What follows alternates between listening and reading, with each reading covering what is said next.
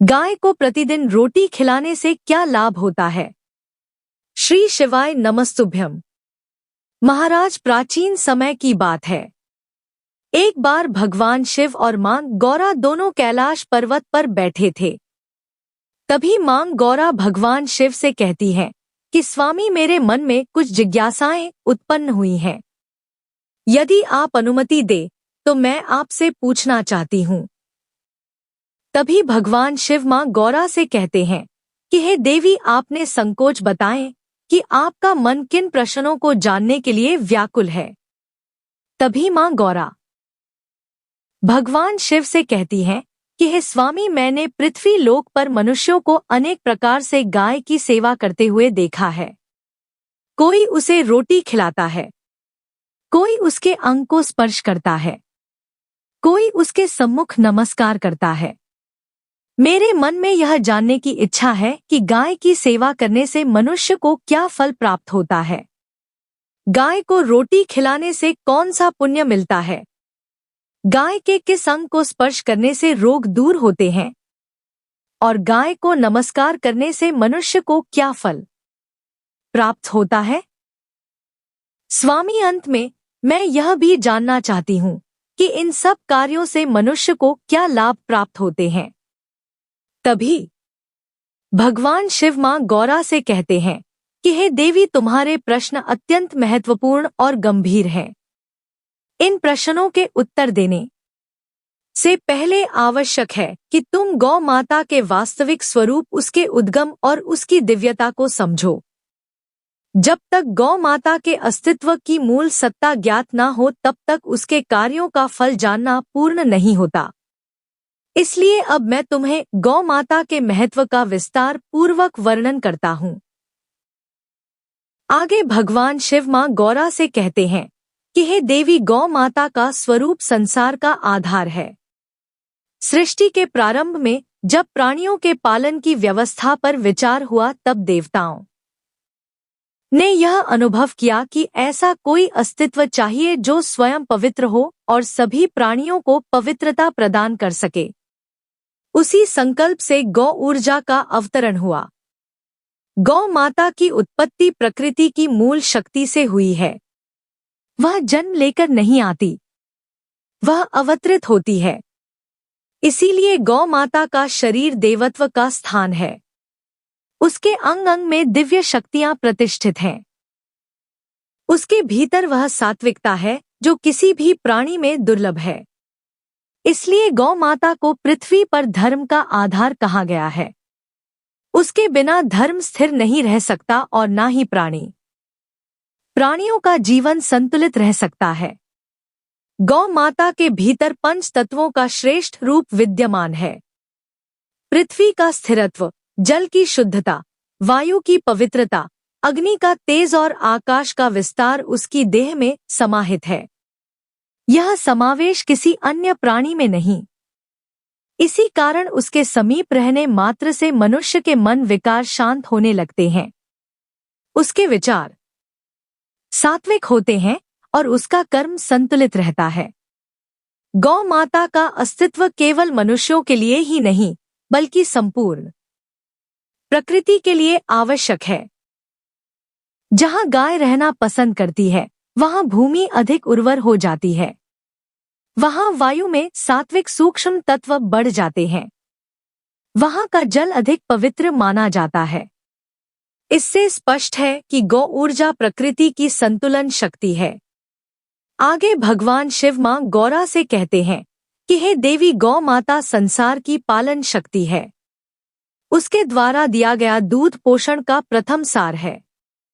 उसी के द्वारा मनुष्य, पशु और अनेक जीव अपना आरंभिक बल प्राप्त करते हैं। गौ माता को जीवन का पोषक और प्रकृति का रक्षक कहा गया है।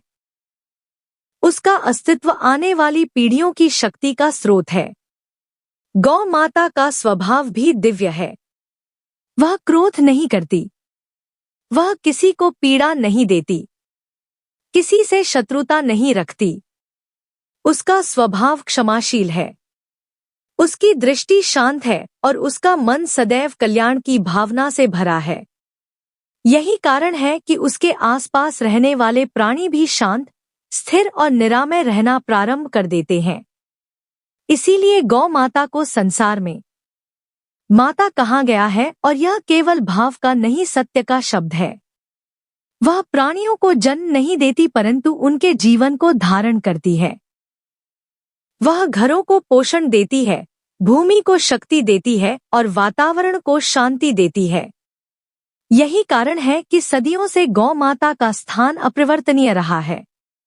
गौ माता के महत्व को जानने के बाद मां गौरा भगवान शिव से आगे कहती है कि हे स्वामी, आपने अभी जो गौ माता की महिमा को जिस प्रकार विस्तार और गंभीरता से समझाया, उससे मेरा मन और भी जानने हेतु उत्सुक हो गया है। अतः स्वामी, अब आप मेरे प्रथम प्रश्न का उत्तर दीजिए कि गाय की सेवा करने से मनुष्य को क्या फल मिलता है। तभी भगवान शिव कहते हैं कि हे देवी, गाय की सेवा का फल इतना व्यापक और गहन है कि उसे शब्दों में बांधना कठिन है। गाय की सेवा केवल एक दान या एक करुणा का रूप नहीं,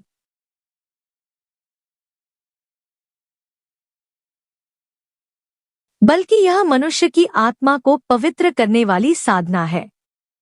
जिस मनुष्य के हाथों से गाय की सेवा होती है, उसका जीवन धीरे धीरे शुद्ध होने लगता है। उसके कर्मों से उपजे दोष शांत होने लगते हैं। उसके पिछले जन्मों में संचित पापों की जड़ें कमजोर होने लगती हैं। यह सेवा मनुष्य की आत्मा को उस सत्य की ओर ले जाती है जहां से उसका सारा अज्ञान हटने लगता है।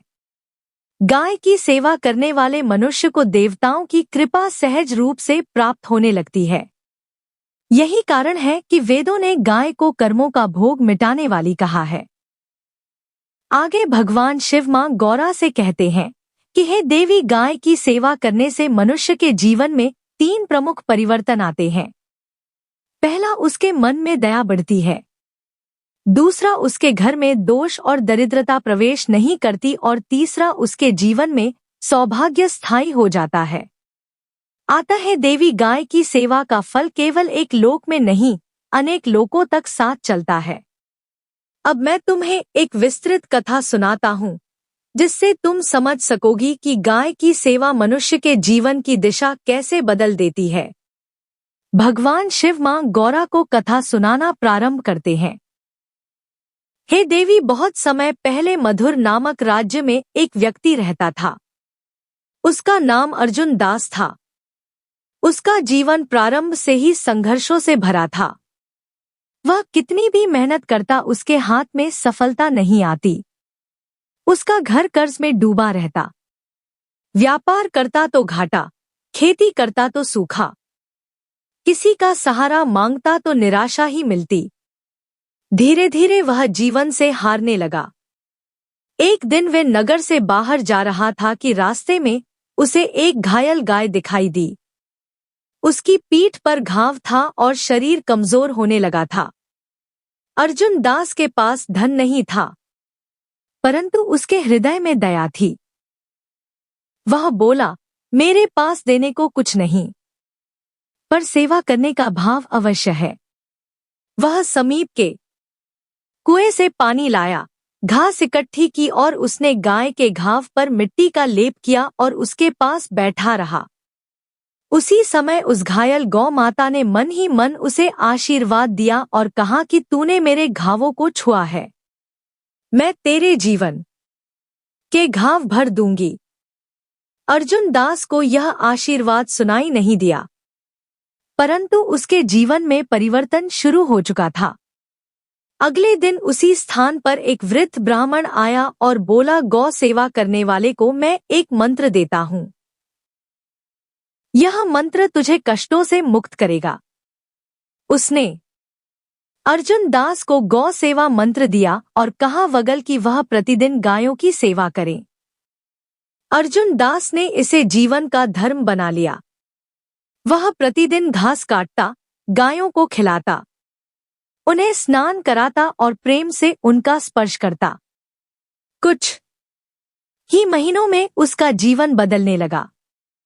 फसल भरपूर होने लगी, व्यापार में लाभ हुआ, कर्ज उतर गया। लोग उसे सम्मान देने लगे। आगे भगवान शिव मां गौरा से कहते हैं कि हे देवी, यह परिवर्तन अचानक नहीं आया था। यह गाय की सेवा से उत्पन्न पुण्य का फल था। उसके बाद अर्जुन दास ने अपना जीवन गौ सेवा में लगा दिया। वह दिन भर का कुछ भाग गायों के लिए रखता, उन्हें चारा देता, उनका रक्षण करता। अंत में जब वृद्ध होकर मृत्यु के समीप पहुंचा, तब उसे दिव्य दृश्य दिखाई दिया। गाय के रूप में खड़ी एक तेजस्वी शक्ति ने कहा कि तेरी सेवा का फल यह है कि मृत्यु के बाद तुझे वह लोक मिलेगा जहां दोहक का अस्तित्व नहीं। और इसके बाद अर्जुन दास की आत्मा उसी दिव्य लोक में चली गई जहां पुण्य आत्माएं निवास करती हैं। आगे भगवान शिव मां गौरा से कहते हैं कि हे देवी, यह कथा बताती है कि गाय की सेवा मनुष्य के जीवन और जीवन के बाद का भविष्य दोनों बदल सकती है। जिस मनुष्य के हाथों से गौ सेवा होती है, उसके जीवन में ऐसे चमत्कार होते हैं जो केवल भाग्य नहीं बल्कि उसके पुण्य का परिणाम होते हैं। आगे मां गौरा भगवान शिव से कहती है कि हे स्वामी, आपने पहले प्रश्न का उत्तर और उससे जुड़ी कथा अत्यंत विस्तार और गंभीरता से कही। अब आप मेरे दूसरे प्रश्न का उत्तर दीजिए कि गाय को रोटी खिलाने से मनुष्य को क्या फल प्राप्त होता है। तभी भगवान शिव मां गौरा से कहते हैं कि हे देवी, गाय को रोटी खिलाना केवल भोजन दान नहीं बल्कि यह मनुष्य के भाग्य, मानसिक शांति और गृहस्थ जीवन की स्थिरता को मजबूत करने वाला कर्म है। जब मनुष्य गाय को रोटी खिलाता है तो वह अपने हाथों से अन्न को पवित्रता का स्पर्श देता है। गाय रोटी को ग्रहण करके उसे पुण्य में परिवर्तित कर देती है। यह पुण्य मनुष्य की रक्षा करता है, उसके घर में अन्न की कभी कमी नहीं होने देता और उसके परिवार के जीवन में सुख का संचार करता है। गाय को रोटी देने से मनुष्य को 3 विशेष फल प्राप्त होते हैं। पहला, उसके कर्मों की बाधाएं टूटती हैं। दूसरा, उसके घर में अन्न और लक्ष्मी का स्थायी वास होता है। तीसरा, उसके जीवन से अकाल, अभाव और भूख का भय समाप्त होता है। आगे भगवान शिव मां गौरा से कहते हैं कि हे देवी, अब मैं तुम्हें एक ऐसी विस्तृत कथा सुनाता हूँ जो यह समझाती है कि गाय को रोटी खिलाना मनुष्य के भाग्य को किस प्रकार परिवर्तित कर देता है। सूर्यवंशी काल में मित्रसेन नाम का एक व्यक्ति रहता था। उसका जीवन अभावों से भरा हुआ था। उसके घर में अन्न की कमी थी। परिवार अक्सर भूखा सो जाता और उसकी आजीविका कभी स्थिर नहीं रहती। एक दिन मार्ग पर चलते हुए उसने देखा कि एक गाय दुबली, कमजोर और भूखी खड़ी है। किसी ने उसे ठीक से चारा नहीं दिया था। मित्रसेन के पास भी पूरा भोजन नहीं था। उसके पास केवल 2 रोटियां थीं, जिनमें से एक उसके अपने लिए थी और दूसरी अपनी पत्नी व पुत्र के लिए।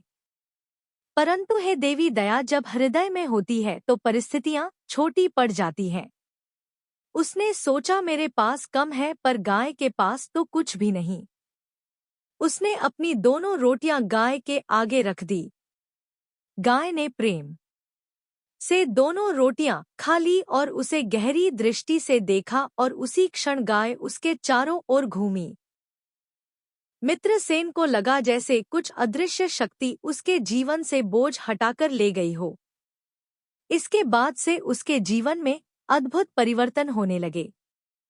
जिस खेत में वह बीज डालता वहां भरपूर नोकता। जिस व्यापार को वह शुरू करता वह बढ़ने लगता। उसके घर में भोजन की इतनी प्रचुरता आई कि कभी भंडार खाली नहीं हुआ।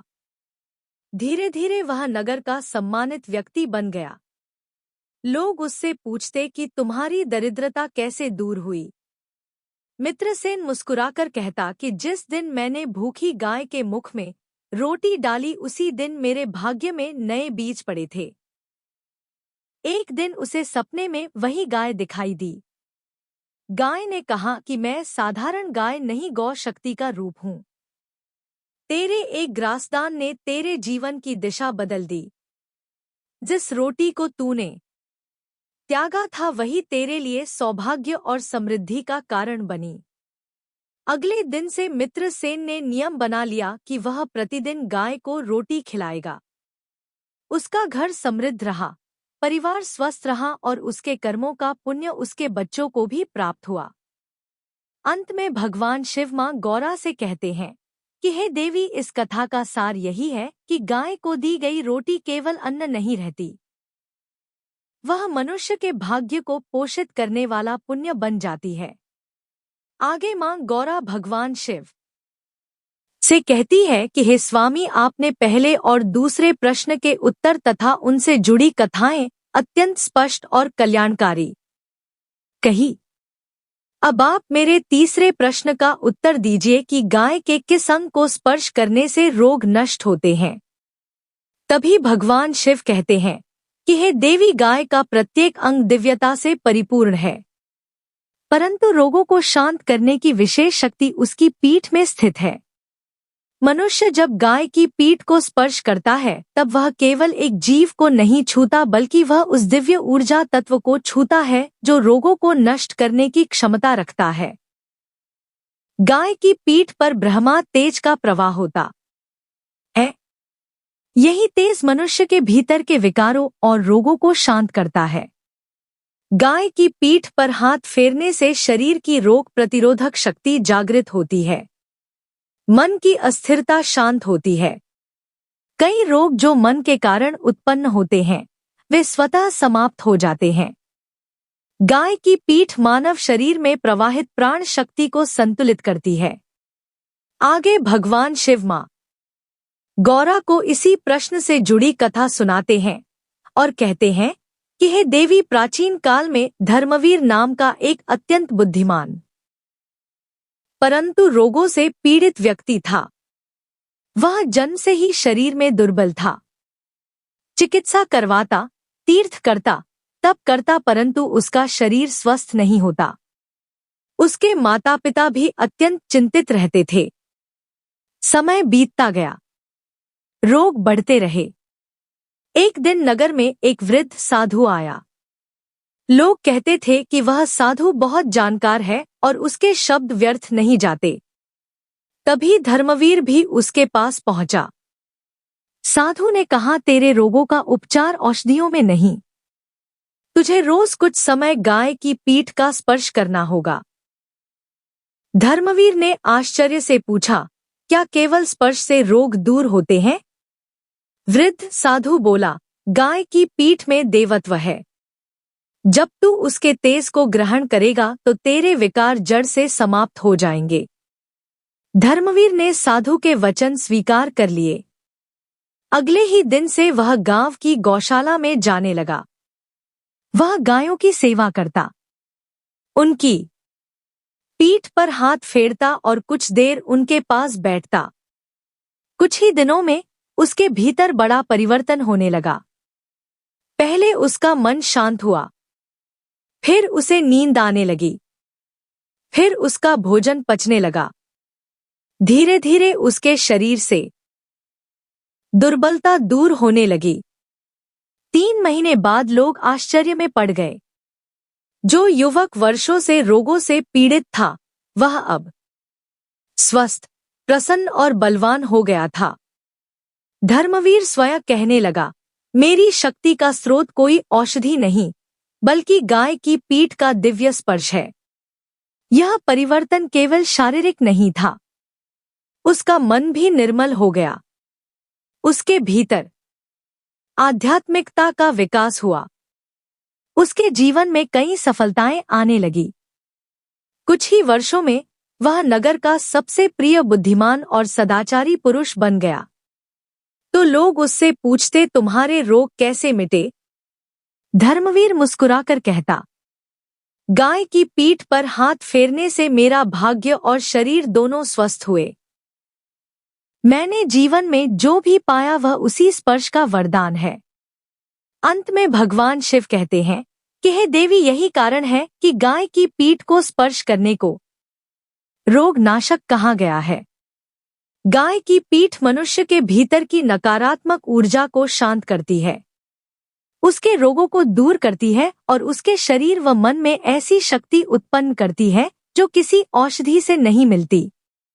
अंत में भगवान शिव ने मां गौरा से कहा कि हे देवी, अब मैं तुम्हें वह अंतिम सार बताता हूँ जो गौ माता की संपूर्ण महिमा का निचोड़ है। जैसे अमृत की एक बूंद समुद्र का स्वाद समझा देती है, वैसे ही यह सार तुम्हें गौ माता के संपूर्ण स्वरूप को समझा देगा। हे देवी, संपूर्ण सत्य यह है कि गौ माता धरती पर जीवित दिव्य शक्ति है। उसकी सेवा करने से मनुष्य का दुर्भाग्य दूर होता है, उसके घर में शांति और समृद्धि आती है और उसके पाप धूल की तरह नष्ट हो जाते हैं। और गौ माता को रोटी खिलाने वाला मनुष्य अपने जीवन में उन अवसरों को प्राप्त करता है जो केवल पुण्य से ही संभव होते हैं। उसके परिवार पर किसी भी प्रकार की दरिद्रता, कलह या अकाल का प्रभाव नहीं पड़ता।